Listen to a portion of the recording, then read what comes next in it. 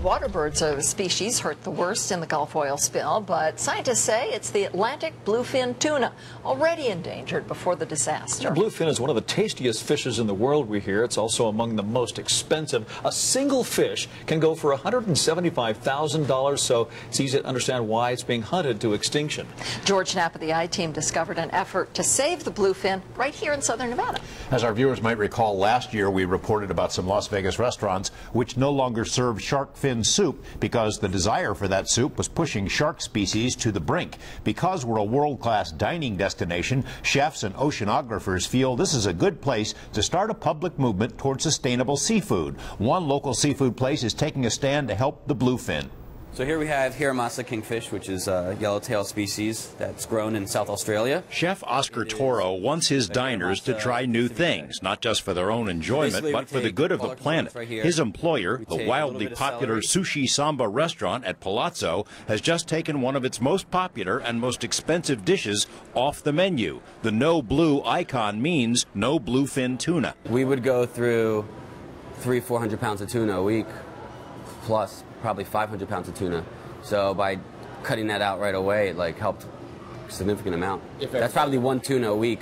The Sushi Samba chain is following the example of another Las Vegas seafood chef, Moonen, a leader of the sustainable seafood movement, serving fish species that are abundant, avoiding those in trouble. And no fish in the world is in more trouble than the bluefin, an amazing warm-blooded speedster, the fastest fish in the ocean, but not fast enough to escape the fleets that have hunted it to the brink of extinction. A typical adult can weigh 500 pounds, worth $75,000 wholesale, and a lot more when retailed as sushi. As overfishing makes them more rare, their dollar value climbs. What I call it the economics of extinction. Captain Paul Watson of the Sea Shepherds, known worldwide for his fight to save whales, dolphins, and other species by confronting illegal fishing fleets on the high seas, says extinction of the bluefin isn't an unfortunate accident, it's being done on purpose. The Japanese fishing fleet and Mitsubishi Corporation have resisted calls for a moratorium on bluefin harvests, just as they've continued to hunt down whales, are stockpiling tuna in gigantic refrigerated warehouses. They've already got a 4-year supply. They're looking for a 10 to 15-year supply. And the more bluefin that they stockpile into the warehouses, the less there is in the wild. It becomes diminished, and the more diminished it becomes in the wild, the more value of the dead bluefin in the warehouses become. And if you wipe them out completely, and the only bluefin tuna left are the ones that are in the warehouses, then what you're going to have is a $1 million fish. Mitsubishi stands to make billions of dollars if they can drive the species extinct, because the only bluefin that will be available will be their 10 to 50-year supply in their warehouses.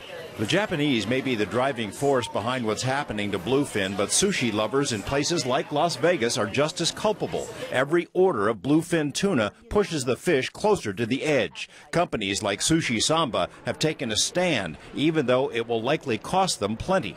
We're a large group.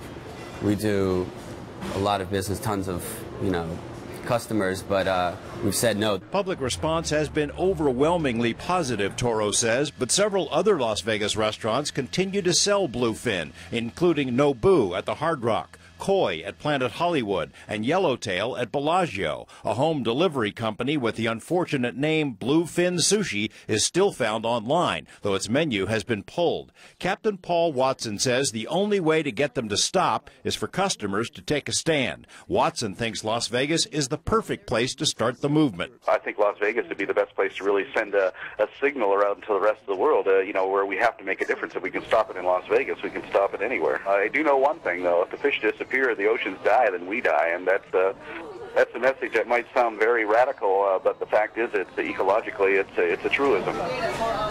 The Japanese fishing industry has told American authorities that we have no right to tell their culture what they can or can't eat. The American view is that the oceans belong to everyone, not just to the Japanese, and that eating a species into extinction is greedy and short-sighted. If you're interested in learning more about this, we have links on our website to the Sea Shepherds and also to a sustainable seafood guide, and you've seen this, where it'll tell you what fish is plentiful and maybe what you should avoid as you go out to dinner. And what you can eat instead. Yeah, what you can eat at dinner, and there's a lot of really tasty alternatives, I guess. So that's at 8newsnow.com.